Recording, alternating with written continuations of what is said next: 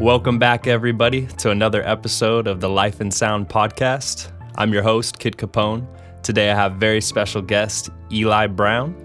He's a multi-platinum producer and sample maker, the founder of the Loophole Sounds company. He's done a lot of great work with Drake, Giveon, Young Thug, Chris Brown, the list goes on. And I've been following him for a minute, and I'm excited to have him on the show today. Eli, how you doing? I'm good, yeah. I'm here. Hey, happy to be here. Happy to have you here. I'm doing great, man. Yeah, that's tough. Yeah, we'll start with some of the easy stuff, and then we'll kind of move into the deeper questions later and all that. Yeah. How would you say your relationship with music now has changed versus when you were a young man? Damn, that's a tough question. I mean, now I'm like more connected to it. Like I feel like more spiritually, as opposed to just off a random like inspiration, just like vibes. But now it's just like I'm tapping into myself more and moving with a little bit more like intent. You know? Definitely. What kind of sparked the shift for you, or where did you feel like you kind of really decided to start creating from feeling and all that? Just learning overall, just like seeing people different processes, understand like the purpose of music in the first place, what it means to people, and like stuff like that. You know, very simple. Yeah, definitely. What were some types of music and things you grew up on that you feel like inspire you and influence you now? Oh, classical, like Mozart, Bach, like orchestras, like the radio, jazz radio, classical radio, popular radio, obviously, So vibes like those were inspiring. Like Jennifer Hudson, she's had like slaps, like, every morning before school, just listening to those kind of stuff. There's African music as well. I didn't really get into African music until like later in life. Because my mom just played it too much growing up. But yeah, there's a lot of African music too. Yeah, like a lot of like Fela Kuti and those kind of things. I don't know those names, but like along those lanes, like really like real Afro beats, like real Afro 1990s shit. Nice. Like, yeah. Has that had a positive impact on your creation now? The African music? I don't think so. But I think like the music I listen to the radio and whatnot and like orchestra stuff like has helped with my creative process now. Definitely. Because I understand like kind of melodies and sequencing, Yeah, it's like studying the great composers. Like you really learn the core of the theory and how music should move and feel. Exactly, stuff like that. Oh yeah. Excellent. What made you decide to create the Loophole Sounds company with Louis Flynn and Nahum? Man, basically like I was teaching my sample classes. I already had my stuff before. It was called Up North Dream or Up North Music Group. So sample packs and whatever. And me and Nahum were just talking about some different ideas. Just like we want to contribute to the music game. So I'm like very inspired by guys like Taz Taylor, and they're in the Money Homies and like Split Mind and Cardiac, Foreign Tech, like all the hybrid of like industry producers and online beat sellers and whatnot. So we were just talking about like type samples. We're gonna call it loophole because like samples for us was just like a loophole into the industry. And we're going to run with that. And one of my classes, me and a student were talking about like ideas, talking about how great ideas to feel like, oh, why don't I think about this when you drop it? And the conversation to us coming up with our interior presets. And after Loophole was born from there, and we always wanted to make, at that time it was still Upper Music Group, and it was just Loophole packs. And after we transitioned into the Loophole site, where it's like a Loophole world essentially. Yeah, you guys have been creating amazing products. I've been using them in my own production. I know plenty of people around me have been using them. Like, you really are providing a great service to the community, and thank you for that. Hell yeah! Shout out Nahum and shout out Louis. Couldn't have been possible without them. They definitely help execute the vision better. Definitely. Yeah. I heard a good quote that's if you want to go quick, go alone. If you want to go far, go together.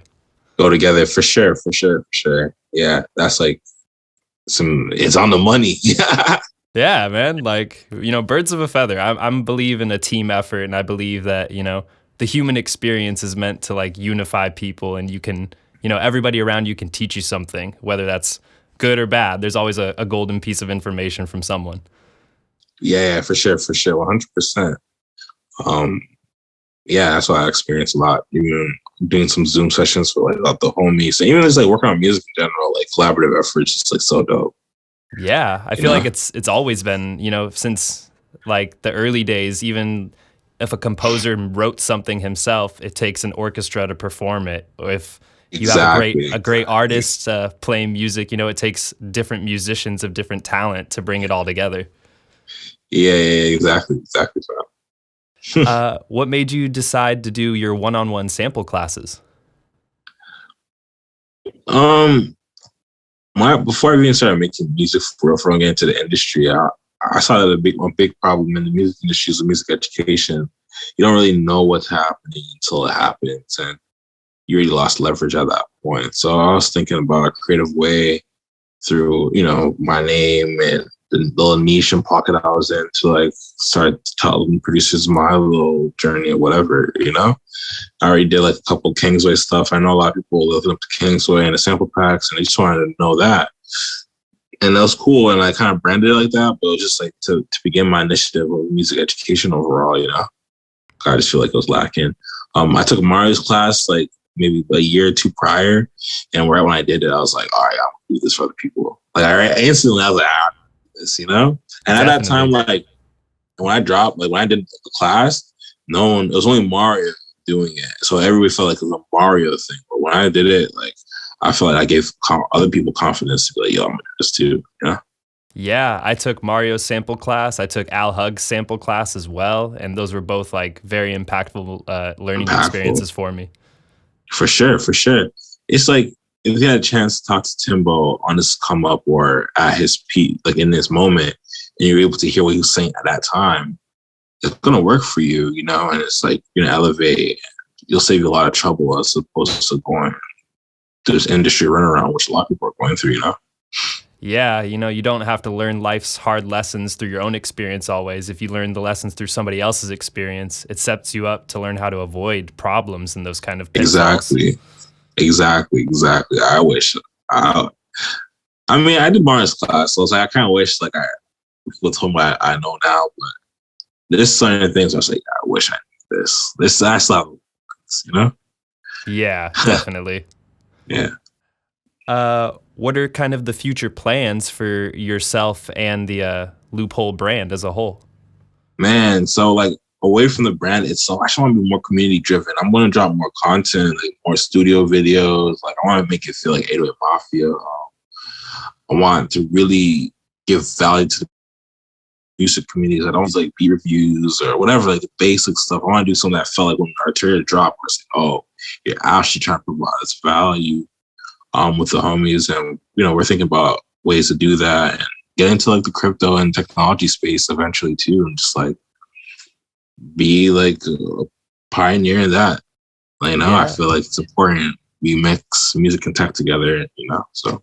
Yeah, I mean, the world's headed that way. Like we're entering, a world where there's going to be an avatar digital version of yourself with digital property. Your music is going to have its own digital value. I think doing sample packs on the blockchain and those type of things is really, really forward thinking. Yeah. Sample pack, whatever we get our hands on, like if it's NFTs, if it's like a token, or if it's like whatever, or even just educating people how to get into that space better. It's just like music and tech is like, not even just tech, but just like the community, servicing the community, everything it needs is important to, me and the homies. Yeah, I agree. For me, that was the reason I even started the podcast was I really wanted something that was kind of a community-based thing. That when I started making samples and I took the 2 classes, I had wished there was a wealth of more information out there, and I wish I could just sit down and talk to people like yourself. And that's what sparked the whole idea. Was I was trying to provide the content I had always longed for. For sure. That's just the way to go.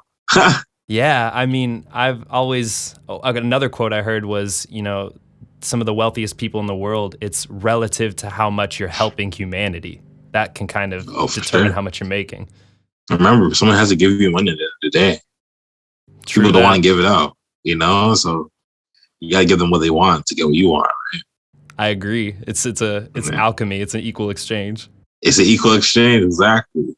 Yeah, empathy, which I was happening to really empathy is everything. Like people could say like the rich people in the world, like Jeff Bezos, whatever, they're like selfish or not, but they helped a lot of people out. That's why they're those guys, It's true, man. For better or for worse, they are helping humanity. They're helping people, yeah. On that. What are some things you look for when you're discovering new sample makers, whether that's to work with one-on-one or even just to drop and support their packs? Man, I mean, for sample makers right now, I just look at people with sounds. Like I'm a big fan of Kabali. Kabali got a sound, a little vibe. He's definitely one of the most amazing people, and he's got a pure heart. He's just a great guy, man. This guy's a waste man, yeah. I rock with it, bro. Yeah, Elkin, obviously XY, those Chosen Ones crew, and not even just those guys. There's a new producer I've been working with, Young T, I believe, who did some stuff with Lil Durk and whatnot, and just a couple others. But there's people that have a sound, and it doesn't need to be the most textured and detailed stuff, but it's just it feels like its own thing, Yeah, I feel like in Kabali's sound especially, and Elkin, you can hear that they just create from a very pure place, and whether or not they'd be making money, they'd still be creating the music they love. For sure. Yeah, that too as well. That for sure. I love it. Have you been making a living off of your music, or do you work a normal job as well? I've been low key not working for 3 years. So that's great, man. Yo. Well, yeah, 3-4 years. I gotta forget sometimes, but I support myself. I'm living off of music. How did that transition sort of come about? I mean, it wasn't really because I wanted to do the transition for real. It was just there's a lot of weird stuff happening in the job I was working at. That was very, very toxic. I'm like, yo, might as well just take a chance on this music thing for now. And I was generating some money with my Selfie store, with my OG store.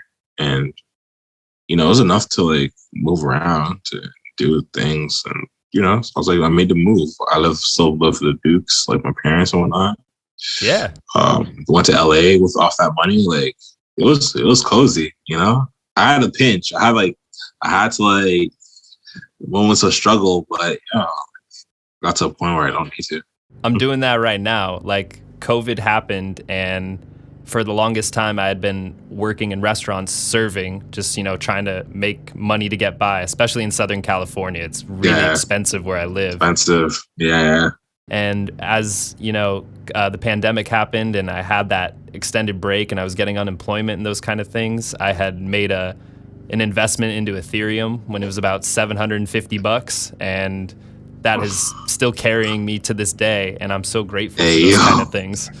Hey, yo, you sound like you're rich. You sound like you're rich. Nah. That's dope. It's just it was I don't know. Sometimes I'm esoteric, and I feel like when you have the right habits and the right kind of mindset, God always provides, or the universe always provides.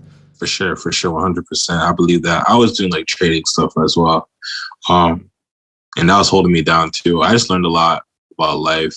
For you to trust God, you gotta trust yourself as well. That's a big lesson. To answer your question about the transition, it's some of those dark moments helped me learn so much about myself and life, and I just pulled out the best actions. Loophole came out of that moment. The classes came out of that moment. My love for trading came out of that moment. These new producers I'm a fan of came out of that moment. So it's just it all aligned. It's all aligned, yeah. And there's no way that I could have done that. If I was still working, or if I didn't trust myself, not even working or not, if I just didn't have that faith, Definitely. Right now, for me, it's like, I'm not rich by any means, but my money Yeah, is I'll just play. Just to clear it out, I'll just play with you. I'll just No, like, I know, brother. I know. But my money is not like as abundant as I wish it could be right now. But at the same yeah, time, I feel like I'm at this point in my life where getting a job would be counterintuitive to what I'm going for. I gotta invest my time and energy into making these podcasts and creating sample content because that's going to be the thing that ultimately brings me joy and gets me to where I want to be. What is your daily routine sort of like? When do you get up? When do you kind of go to sleep? Like, when do you start creating? How does that normally kind of flow for you? yeah. It's been bad these days, man. I ain't gonna lie. Not to hold you, like I've been going to bed like in the morning, and after waking up like evening, night time. Recently. When it was going good, actually, even when it was going good, it was not good because like where I live, how my room is set up, it gets mad noisy and whatever. Can you still hear me? Yeah, I can hear you. You get mad noisy, so I would only be able to vibe out like at 12 a.m. Um, Everybody would not be texting me. Everybody be sleeping all around wherever. And just being my piano, just learning to get better. And I kind of going back to that habit like the past 2 weeks. On a regular day, like when I was living in LA, like I wake up at like 1 p.m., read, journal, set my intentions. I don't really like using my phone first thing in the morning. As I read, it's bad for you. Just don't do that. Definitely. Then go to the stew, Uber to the stew, and come back like 4 a.m. and have to do it again. You know? Yeah, yeah. What are your like eating habits kind of like? Do you eat pretty healthy or anything, or Oh you my just kind of gosh. you just got to eat to get by, or what? Now, yo, bro, I just eat to get by. I wish I ate healthy. Like I usually try to eat tender greens to like think I'm doing something, but McDonald's at 12 a.m. is busting. Yeah, I've definitely felt Yo, that. I've been there. Uh, yeah, so when you're creating in the studio, do you ever smoke or drink or anything like that? nah, that's not me. That's good to know. I mean, I ask a lot of people. I'm about 10 days into no caffeine, no weed, no alcohol, nothing. And it's just, I've had more energy and creativity than I ever have. And I Yeah, definitely believe in that. yeah, I found caffeine's not even a vibe either. I don't even like caffeine. It gives me anxiety, and I feel like it almost makes me over analytical when I'm trying to create. It almost like sound Yeah, almost becomes annoying in a way. bro, sound does not feel like sound on coffee. It's just like I don't explain it. You're just like a computer nerd at that point. It's like coding. You're just like coding sound music. Agreed, man. It's wild what it can do to you. Yeah. Nah, no vibes. I like my own vibe. So Me you too. know, And you're having success, and I feel like there's like a big correlation between having good habits and being successful. for sure, for sure, for Uh sure. how did you know when you were ready to release your first sample pack? Um, I'll put it to my best ability in terms of composition wise. Like I knew like I have the right reversing techniques and the depth, and it was well orchestrated at the time. Like there's like certain details. It was like all like a minute 30 long, and I was like, yo, all right, time to play it out. It showcased all my skill. Was I really really ready? Maybe not, but it was ready enough. I could check certain boxes. Yeah. Is there something now that you wish you could have told yourself then that maybe would have improved it, or any helpful advice you would have told yourself then? Man, make hmm. honestly, it's hard to say because that time was just a different time when I started. It was just like the Q beat sound and the Frank sound wasn't like rinsed. But I'll tell myself, yo, like try to make some fire ass like Sean Kingston samples or just really broadcast your talent and learn like mixing very, very well and research plugins consistently. Don't try to rush it. I felt like I had a lot of pressure at that time to try and like, get records and meet bands, or kind of got like lost in the sauce in terms of that. Definitely. You want to be quick, but you don't want to be in a hurry.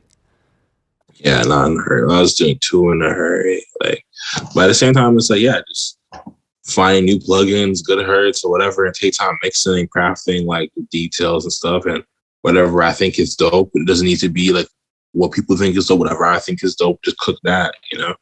I've been trying to instill that into students like a lot. And I feel like that's like one thing that I fuck with my classes. It's like, I kind of show people you're not coming to learn the Eli Brown sound. You're coming to like understand your sound. Definitely. That's a big gem right there. Like, you don't steal other people's sound. You just want to look inward and find your own sound. Yeah, for sure. It's like Miles Davis says. He says it takes a lot of years before you sound like yourself. Yeah. Nah, for sure. That's real talk. Definitely. What are some of the strangest places you've gathered inspiration from when you're making music? Yeah, driving down like Bridle Path and driving down like Yorkville, So those are like the affluent like neighborhoods in Toronto. It's like Yorkville is like a Rodeo Drive.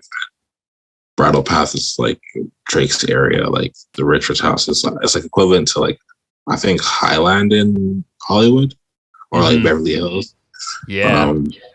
Finding vibes in those. I just like love architecture. I just like the feeling it gets. It's just like seeing success and makes the music. It brings something out of the music. The strangest place for real is when I went out to like the boonies. I went to the middle of nowhere, and like I was on like a boat. Cause my homie he lives like by the lake, so we were just riding this like nice boat. I kind of swim, but like the water, just the sun was just so sick. And I just went back into the crib right after with him, cooked up this like luxurious like vibe, Yeah, you were channeling your inspiration in that moment and created something beautiful. For sure. Yeah, I love luxury, so. Definitely. I'm a fan as well. Like I'm somebody who loves, beautiful houses, great architecture. I love, beautiful cars. Like cars are a big part of my life, and I've always grown up around that kind of stuff, and it even affects my music. Definitely. Oh, that's a different one. Cars? Jeez. Yeah, my dad was in the car industry my whole life. He's worked for Rolls-Royce, Bentley, Porsche, all those places, and like we've never had like a super nice car, but I got to see those and be around them growing up. And that's different. Yeah, man, it's wild, and that's why I love talking to people, is seeing their own journey and seeing their own experience and seeing what brings them joy and makes them, excited to live life. Hell yeah, that's my dope. Yeah, facts.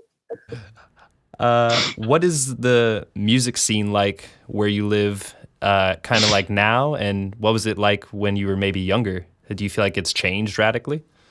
I mean, yeah, it's changed drastically. There's no one necessarily popping that's making a statement recently out here in Toronto, except for like maybe like Doovie, Toronto kid, mad dope. Other than that, it's like it's kind of dead out here. It wasn't always like this. You said some good questions, I like this. Thank you. Oh, dude, I appreciate that, man. Like, I'm just somebody, like, I just genuinely really like people, man. And it goes beyond just, like, the basic kind of surface level questions. Like, I really want to know the way somebody views life. Hell yeah. That's mad dope. Not a lot. Oh, man. I appreciate that, bro. Yeah, like, it's just the way my mom raised me, man. She's an incredible woman. Shout out to your moms. Shout out to my moms, bro. I'm a Capone of that. All right, let's go. Yes, sir. What's the question?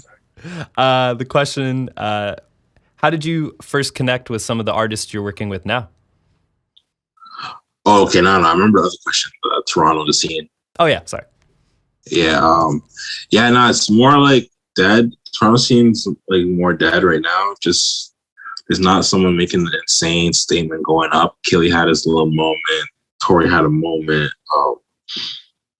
Daniel Caesar had a moment, but I think it's just because of like, sorry. And the thing is just because of like COVID. You know, these guys are not being able to travel to the States or, you know, just really move around and do shows. The important things that can blow up artists up. I don't think there's like an artist in general anywhere that's really like, unless it's a TikTok artist, that's really like moving the people. You feel me? Where it's like, oh, this is the artist of the year. Oh, this is the newest artist. Yeah, there's nobody that's like popping so much that the people are championing. Yeah, like, have you heard of this new artist? Nah, it doesn't feel like that. Like Jack Harlow, maybe, but yeah. Before it was alive, it was like a scene. There's Safe. There was Smoke Dog, Moji. 2015, a little bit earlier than that. Toronto had a wave, and Drake is having the time of his life with Fuse. So yeah, man. Yeah. How did you get connected with some of the artists that you're working with now? Mostly through co-production, really, and knowing who like the people in the room are. Like I had a privilege to be in the studio with one of the artists that I worked with, and that was just because like I just needed the home dog so well, like his homie, which is also just like one of his main producers, and just tagged along type of stuff. Like working with producers definitely helped me get that point. Yeah, so it was like real genuine connections. Yeah, genuine connections. Like, artists don't really like people in the room that's not their homies. Even if it's like you can make the biggest hit, but if you're not the dogs, you're not coming to the room. But if you're the homie to the homie, then it's like, all right. Yeah, he gives you the cosign and you got the green light. Yeah, you got a green light. Yeah, facts. From the time you wake up, usually how long until you start recording? Like, do you usually just get right to it, or do you read every day and then like kind of journal or something? How long do I start recording or reading? How long before you start like creating music? Oh, creating music. Okay, I was just saying. Maybe if I'm really like in the bag, maybe like an hour after, but like maybe 2 hours, 3 hours after like eating and watch little videos on YouTube and just start cooking and fucking around, Yeah, you kind of ease into it. You're not just like get up and go. Nah, I used to be, but I'm trying to actually get back to that. But I used to be, not anymore. I feel like it's easier to get up and get right to it when you really feel like you have like a mission or a purpose that day, or you're really excited about what you're working on. Yeah, or just a vibe in your sleep. Like, yeah, I know. I remember when I first started producing, like when I got my laptop and I got Ableton, I used to just like, right when I got up, I couldn't wait to start because I didn't really know much about producing yet or anything. I didn't really know how to use my program, and I was like, I need to learn everything. I need to apply this music theory and this composition that I learned growing up playing guitar. Like I have to apply it to what I'm doing. Yeah. Facts. That energy is so dope. Man's have that. I miss it, man. Like, yo, let's try to get back to that. Hey, man, just as long as you have good habits, it could be something as simple as switching up your diet and then maybe going for walks outside more. Like that's one thing that I do that always helps. Sounds like you're interrogating me, but you're right. Because like when I had my trainer or whatever, it was actually overwhelming how much ideas was just like trying to come out of my head. 100%, man. Like it's wild how that works. It's like, health is wealth, bro, as they say. Yeah, not serious. It's serious. What is the rhythm of your creative process sort of like? Like, where do you typically start when you're working on a composition, or, how does that go? I mean, it's usually like with analog labs. Like for the past like year and a half, I've been rocking analog lab. I mean, 2-3 years, even before the Loophole packs. Like I love analog labs. I love the analog sound. I was a fiend. So I'll open up analog labs, just mess around. But like, I don't know. A lot of people not like this, but like I see what I want to make. I know the feeling of what I want to make before I make it. I know like the world it lives in. I know the texture of like the imagery, and I'm just trying to like I'm trying to like create that something that fills that void, you know? Yeah, you have the idea in your head and you're just trying to channel that into what you're creating. Yeah.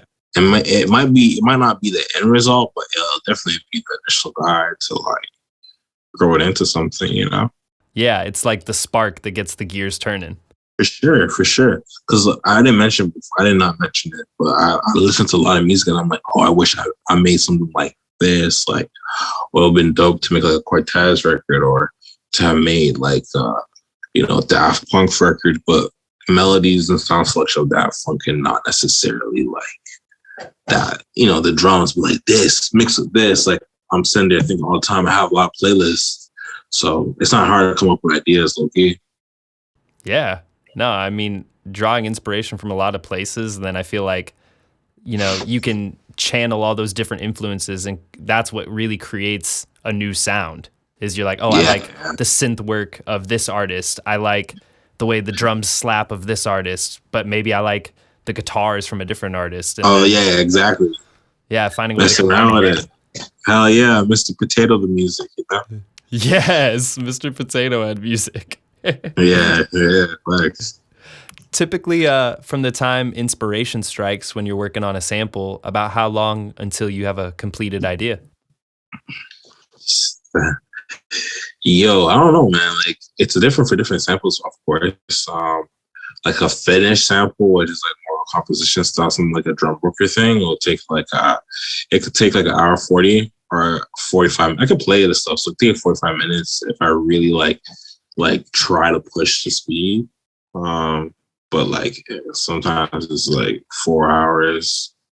Yeah, 4 hours, 6 hours. Do you take ear breaks and those kind of things while you're working? Yeah. No. Yeah. The longer I'm locked in, like if I'm locked in for 2 hours, I'm locked in for 3 more. You know? Yeah. I'm not taking a break, because the only way I'll take that long is if I'm like intrigued every step of the way. If every step of the way there's something new that's like interesting, it's only make you stay that long. Other than that, I'm not pushing. I'm not trying to stay there for like 6 hours. Like what? Definitely. Nah. You know, yeah, if you're in the flow state, you just want to get it going and don't stop. Yeah, don't stop. Definitely. Yeah. Do you play any instruments or anything? Yeah, I play piano, yo. I know all 12 keys and black and white. Been learning a lot over the past few years. And I used to play saxophone back in middle school and even for my city's band. And then after bass drum. Nice. How long have you been playing the keys? I don't remember, man. Like I did like the classical lessons from grade 2 to grade 6. That's 4 years. And that's mostly like memorizing songs. And after that, I like self-taught like all the important stuff like 2016, 17. Okay. And yeah, until now. What made you decide to even get into producing music initially? Yo,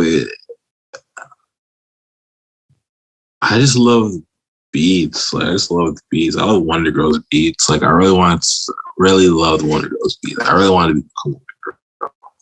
That time was crazy because I remember when the first week I made beats and it'll drop like the week after a month, and I was just like mind blowing. Yeah, like something like that, you know? Yeah. Yeah, it was like Wonder Girls. Like even before I made beats, like seeing her story, 16-year-old producer for Jay-Z, was just like, bro, like that's one of my favorite artists, one of the best artists ever. I was a girl from Brampton working with Jay-Z, like, you know. Wild. So it was, like it was intriguing. After like I finally got my hands on it from a youth program against violence to get my like community hours for school, and they taught FL Studio there. I learned FL Studio and I ran with it ever since. That's incredible, man. And look how far it's taken you, that first inspiration, and now you're making a living off of it. Yeah, for sure. Even away from the living, working with Drake is not surreal for me. Yeah, man, it's a great accomplishment, and keep going, keep creating. Like you're doing all the right things. Yeah. Sometimes it doesn't feel like it, but, just trying to. Yeah, I yeah, feel that. yeah, It definitely could feel like that sometimes. You're like, I yeah, don't know if I'm making all the right decisions or the right moves, but only yeah. time will tell. One time, yeah, facts. About how much of the work you made in the past influences the work you make now. Yo, to put in perspective, I haven't backed nothing. To even to this day, I haven't backed. So I don't really think like I'm always finding new inspiration and new stuff. Like not really my old stuff, Okay. other people's stuff. And the only thing I can get influence for myself in the past was just like processing, really. Like, oh, I did this, but more like the thought process of the processing, not the processing itself. It's more the thought process than the effect process, if you will. Oh yeah, exactly. Uh, what are the times you find yourself having the most fun in the studio when you're creating? There's some people I like working with that just bring out something, but or when it's just like deep in the night and I'm just there locked in and it's just like just me and the speakers just like going crazy, like just going loud, and taking in the vibe. Yeah, like it's just those are the moments where you're like, wow, like I'm really enjoying life. I feel like I'm purely like I'm present right now in the Yes, moment. yes. Presence would, yeah. It only happens when like I'm so away from everybody, like you Yeah. know. It gives you the chance to like reflect and like look inward, not even intentionally. It just happens. Yeah, it just happens. Well, literally, yeah, you're right. I love that. What would you say is your signature sound if you had to define it? uh, and it's cluster chords and cluster chords, analog ish, and some weird like processing. That's Yeah. like I define my stuff. It's very oh, he's trying to be TLC, but like the modern version, like like TLC, or I don't know, like this old R&B with the modern version. That's what I would. That's how I think my public sound is. My natural sound is just like there's an edge. I feel like that edge comes from just being from like a place that birthed like Seven Thomas, Wonder Girl, and whatnot. So Yeah. heavy hitting. Amazing, man. You really like channeled the influence of the city into your own sound. Yeah. Even if it's like pop or if it's like a different vibe away from like urban or like R&B or whatever, it still has that just like that thumper that's heavy. Yes, definitely. Yeah. How do you stay inspired musically and creatively? Always listening to music. Playlists. I love my playlist. I love seeing colors of different vibes. Of course. I got so many going on. I have like a Selena Gomez like playlist. I have like a 60s vibes playlist with certain tones and textures of that. I have playlists for like certain chords and I got so much playlists. That's some sauce right there. A playlist just for chords. Like that's genius, man. Cause you hear like recently, the Bruno Mars and Anderson .Paak collaboration, Silk Sonic. I feel Oh my like gosh. they are bringing back those amazing chords and chord changes.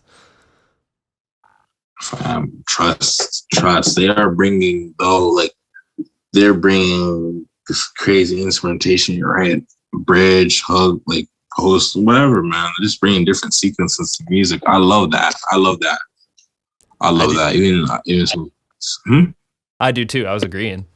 Oh yeah, some beats I've been doing now is have it's more than just a 4/8 loop, hi-hat clap. Yeah, man. I mean, and music is meant to be like, you should take risks and not be afraid.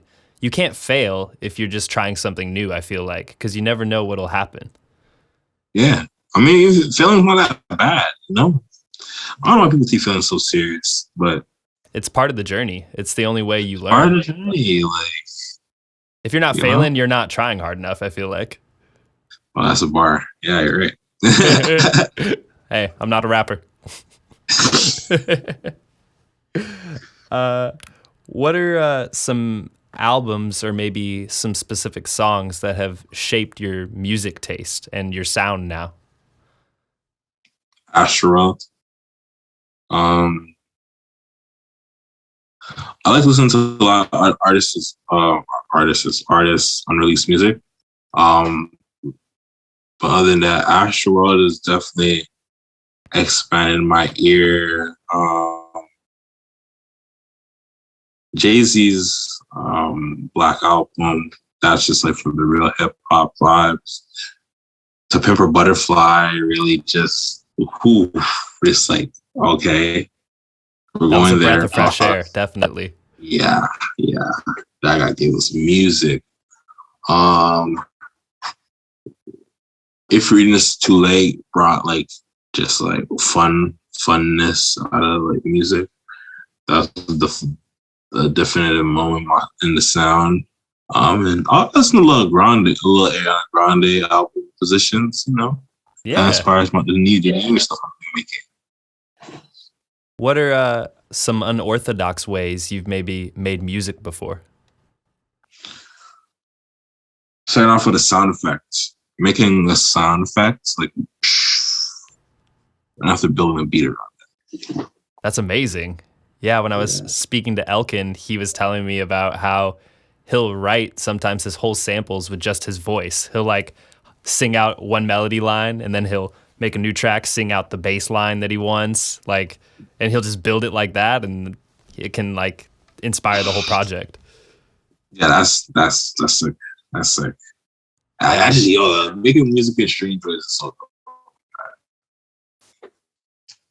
Sorry, that one kind of cut out a little bit. What did you say? My bad. I was just saying making music in like strange ways is just so dope. Like, I agree, man. Like, it's wild the ways you can come up with stuff. I remember I have a cassette tape recorder over there, and one day my friend and I, we just decided to just record a bunch of random one shots just direct to this cassette tape recorder, and I had like a wooden bowl of seashells, and I was like making like snares out of this wooden bowl with like seashells in it. It was kind of shaking it. Mm-hmm. It was just stuff like that. Wooden like, bowl with seashells. That's if you have a loop pack of that, please send it through. I do. I have the whole one shot pack. It's not out or anything, but it's kind of in my stash, and I'll definitely send it to you. My guy. Dude, I got you. And another thing that I would say to some people is don't be afraid to, use your iPhone and use that voice memo and go record your own textures. One of my favorite drum loops I've ever recorded was I went to a loading dock in the back of the grocery store across the street from my house, and I just set my phone up like 20 feet away from me, and I was just stomping and clapping in this big echo chamber kind of like warehouse thing. And it gave me some of like this most like crazy textures. I've been to another place nearby where it was like a natural echo chamber. Like this place I was at, you'd like clap, and it literally had this delay naturally that like sped up because of how the way this place was shaped. It was wild. I'll send you those textures too. Hey man, I need all the vibes, man. Yeah, man. Inspiration comes from wild places. Wild places. All right, well, we'll move on to my next section. This is called For the Nerds. This is kind of more about the plugins and those kind of things. Okay. This is a shootout? Something sort of like that, but we'll see your opinion and your taste on it. All right. What are some of your most regularly used plugins? Analog Labs. Analog Lab. What about like EQ or compression? Everybody's gonna say the good hurt stuff. That's too predictable. I love I like this Eventide one called Age 3300, 3300 is pretty fire. And there's another one they made called Black Hole. I like Black Hole for like more like eerie stuff. It's cool. Nice. Yeah. What about like maybe like, phase or flanger, delay, those kind of things? Ooh, stock. I love the FL stock. That was hard. Definitely, man. Like I feel like stock plugins are definitely underrated. Bruh. Reason stock. I don't know about Ableton stock plugins too well. I'm assuming they're hard. Everybody's trying to say that they're good. But I know Logic stock sounds is like. Logic has this reverb in it that is one of the most fire reverbs I've ever heard. See, I'm telling you, like, they go off on the stock sounds. I'm not gonna lie. They're like, yo, we better beat like Image Line or whoever it is. But yo, let's get my business. They go crazy on the stock sounds. Trust me. Definitely. I mean, they got to. They're competing, like you said. Yeah, compete against each other for sure. Yeah. What are some of your most regularly used instruments or pieces of gear that you own? I had a phase with my guitar pedals. I had a phase with in the studio Prophet 12, or no Prophet X. But my favorite like instrument or gear is just my voice, doing vocal samples. Nice. So, yeah. However it's done, like memo, dynamic mic, studio mic, like however getting the vocal sample done. Do you feel like having a vocal sample is really important in the sample creation process? Yes. So vocal samples, everything, bro. Vocal samples is like what trumpets felt like. When like vocal samples is, I felt like it was like the new wave. Want to make a name for yourself through vocal samples, like people will rock with you. Definitely. And I feel like in a beautiful way, a vocal, it's one of these things where every voice is different. Even if you can sound similar to somebody, like God gives each person this unique instrument. And when you have that in there, it's it creates this like divine character to your sample. Mm-hmm. All right. Favorite effects to use to transform or reshape a sound? Shaper box, mad powerful. I don't know how to fully use it. Yeah, no, it's a super powerful plugin that needs to be utilized more. Yeah. What are some of the most underrated or slept on plugins in your opinion?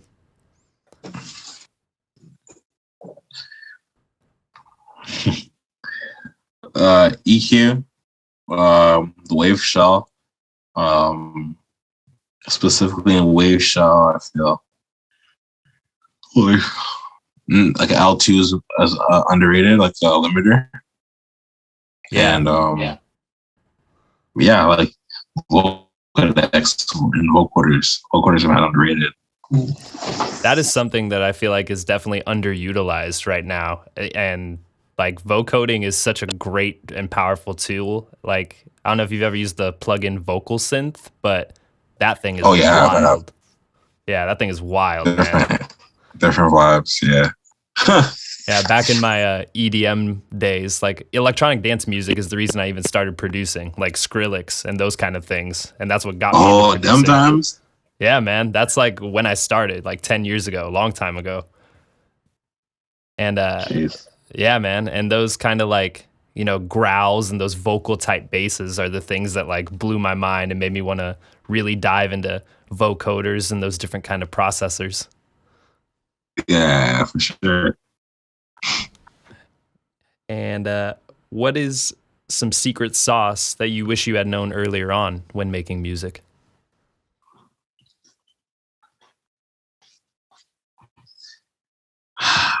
It's all about, just gotta believe in yourself. That's it, man. That's what I really wish I wish I knew how deep it was in the value of self-confidence and putting your vision first. And just being ruthless about it. That's like a sauce.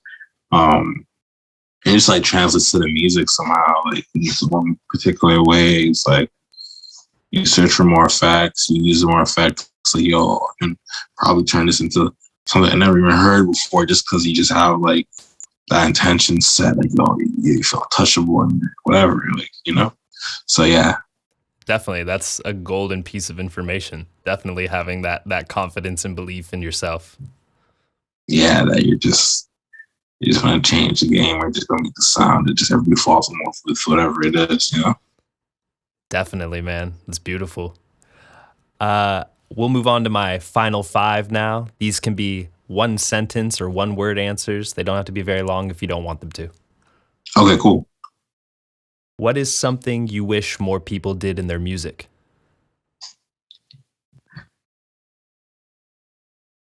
Listen to themselves, as opposed to like trying to make what's around. Yeah, just like finding your own sound and doing what resonates with you. Yeah, do what resonates with you, or find your own sound. Beautiful. Where do you see music going in the next 5 years? Crypto. Definitely. I could definitely see that. What would you say is the best way for a sample maker to improve their samples? Buy sample packs. Yeah, like do you mean like buying sample packs and then like listening to the stems individually? Not even the stems, just buy sample packs, get an ear for what people are making, and yeah, work from there. The stems individually thing is like, it's good actually. I'm not gonna say it's good, because maybe not everybody has an ear to deconstruct like the harmonies or whatever, but the sample packs just eat, and after eat whatever you want to hear, or like consume what you want to hear. Definitely. I love that. What is the worst advice you've ever received? It's a lot. Don't network up. Work with your peers. Now that's the worst advice, but that notion of it feels like, I don't want to say it's misleading, but it's like people get the wrong impression from that. If you know how to value down sideways, doesn't matter. You can work with whoever. Make yourself valuable. Definitely. Yeah, and don't undervalue yourself at all. Don't undervalue yourself. Networking, you said don't network up, that's undervaluing yourself. How do you know not to network up? In my opinion. Because I mean, that one networking opportunity could lead to you making a life off of music. So don't be afraid to network up. Yeah, facts. And my final question for you is, what is the best advice you've ever received? Just gotta be at the right place at the right time. I agree. There's a lot of value in that sentiment. But yeah, not a lot of people will, like, I feel like they'll overlook it. It's like, what does that mean? Like, what is right place, right time? I don't know, figure it out. It's different to everybody, man. It's unique to each person's journey. Right, yeah, facts. Right place, right time. That's everything, The best producer is not necessarily they're better than everybody, just at the right place at the right time. So do things that will always be at the right place, which is whether I be moving to LA, working on the internet or whatever, and the right time, and which means just always show up. Eventually, those two will connect. I agree 100%. Yeah. Well, thank you, Eli, for taking all the time to talk with me today. I greatly appreciate everything you've been doing for the community, and I'm excited to see where life is taking you, and I'm excited to see your next year unfold. And I'm just excited, man. I'm a fan, and I'm Thank ready. you, man. Thank you, man. Pay attention to the next 2-3 years, because like a year, give me a little bit of time. I'm trying to like not work too hard fast, But I'll make sure it's dope. Thank you, man. I'll definitely stay tuned. Got you. Yeah. All right. And I'll end the podcast here. You have a great day, man.